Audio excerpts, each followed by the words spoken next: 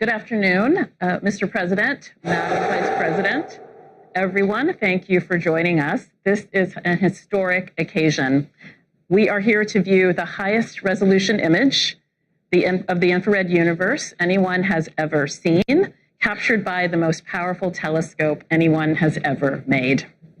I am proud to turn things over to a president and a vice president who have charged the entire Biden-Harris administration with leading with the science and who believe deeply in the power and possibilities of science and technology for all of us.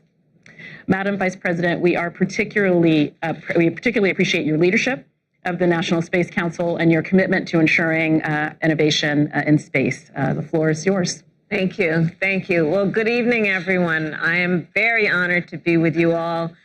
President Joe Biden and I talk often about our mutual passion for everything you all do. This is a very exciting moment to join you for the unveiling of the work that you have been laboring on for decades.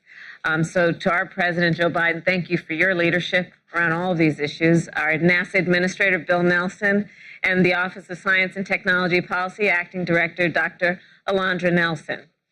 Thank you also to our colleagues from across the White House and NASA and everyone else joining us from home.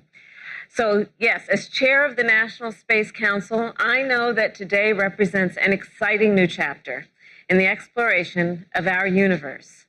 From the beginning of history, humans have looked up to the night sky with wonder.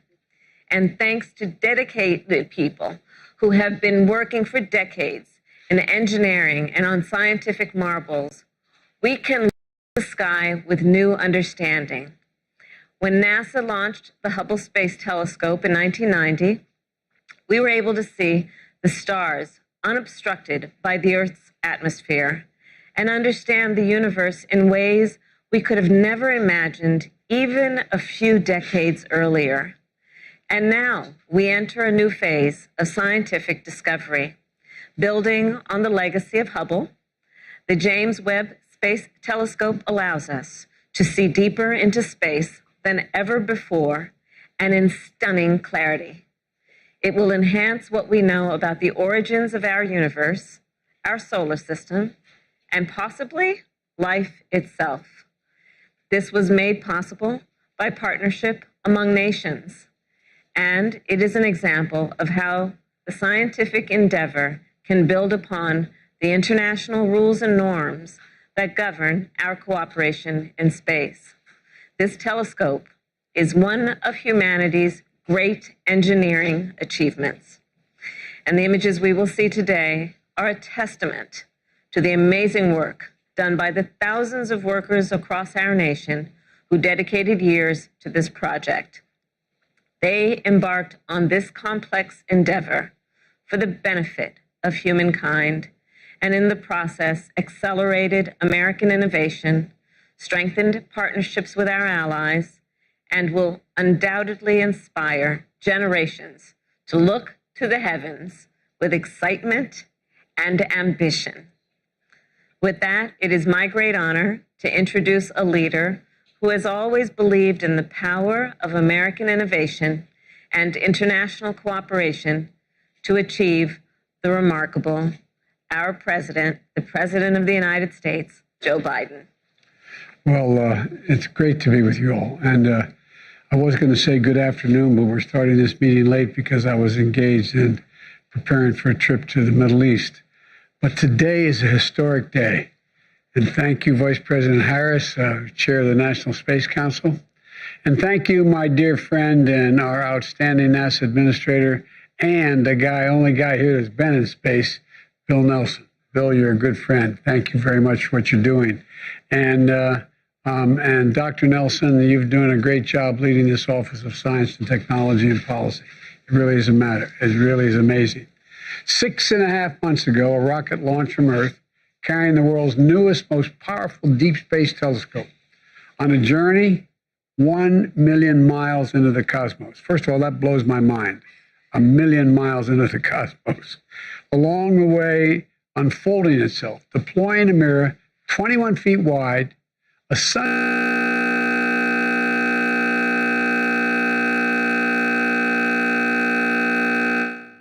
for science and technology, for astronomy and space exploration, for America and all of humanity.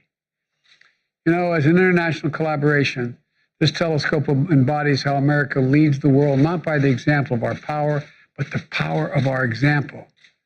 A partnership with others. It symbolizes the relentless spirit of American ingenuity. And it shows what we can achieve, what more we can discover, not just about distant places, but about our very own planet and climate, like NASA's Earth Systems Observatory that we launched last year. That's why the federal government must invest in science and technology more than we have in the past. These images are going to remind the world that America can do big things. And they remind the American people, especially our children, that there's nothing beyond our capacity, nothing beyond our capacity. We can see possibilities no one has ever seen before. We can go places no one has ever gone before. You know, you've heard me say over and over again, America is defined by one single word: possibilities.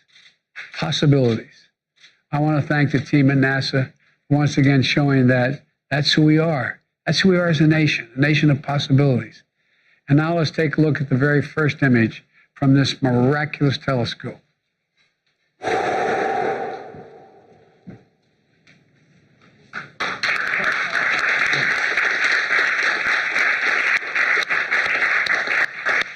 NASA Administrator Nelson, I'm going to turn this over to you. So will you please tell us about what we're seeing?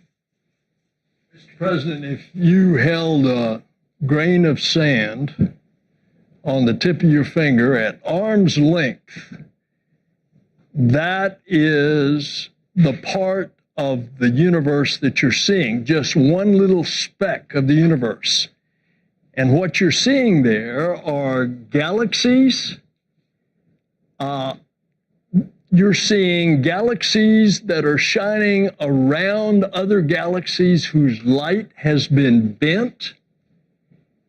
And you're seeing just a small little portion of the universe.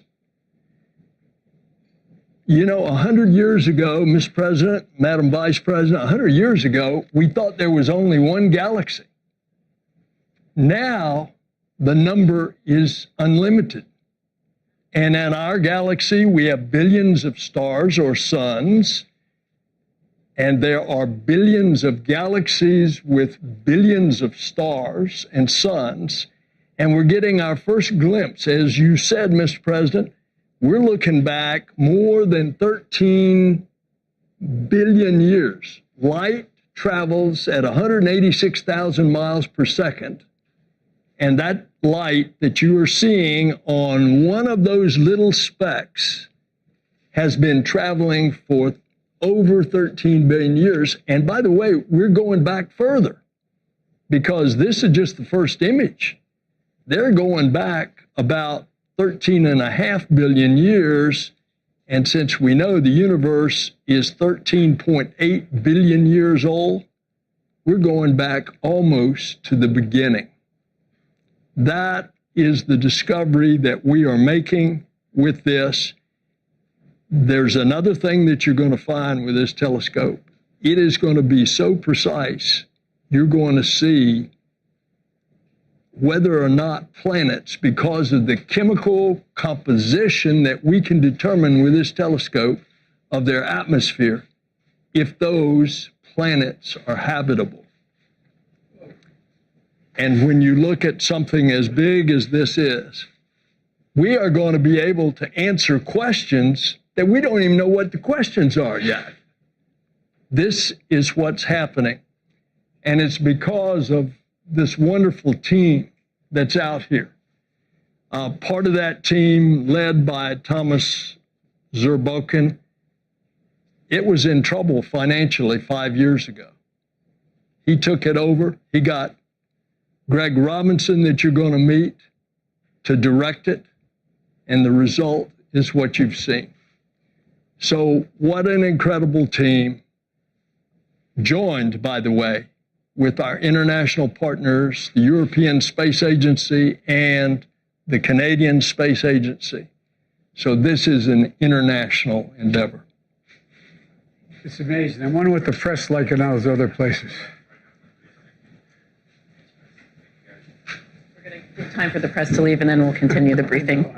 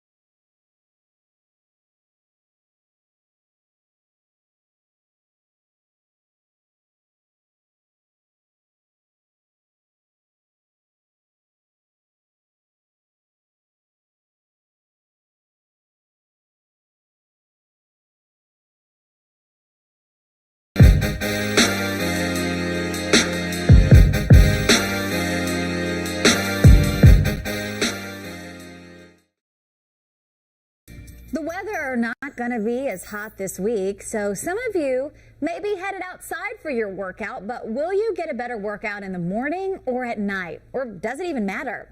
Wake Up Charlotte's Megan Bragg joins us this morning with our Verify Fact Check.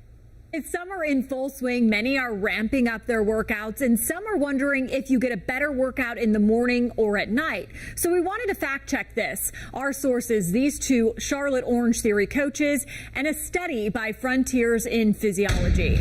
Under these orange lights, you will find coaches Eleni Mikos and Morgan Smith, pushing people to get the best workout. Focus on giving you a heart rate based interval training that gives you results. They have classes throughout the day and see clients as early as 5 a.m. and as late as 8 p.m. But is working out at one time better than the other? Morning versus night for that doesn't really matter. Both coaches say it doesn't matter because it really depends on the person. If that gets your day going in the morning, amazing. And if it drains your energy, because sometimes people get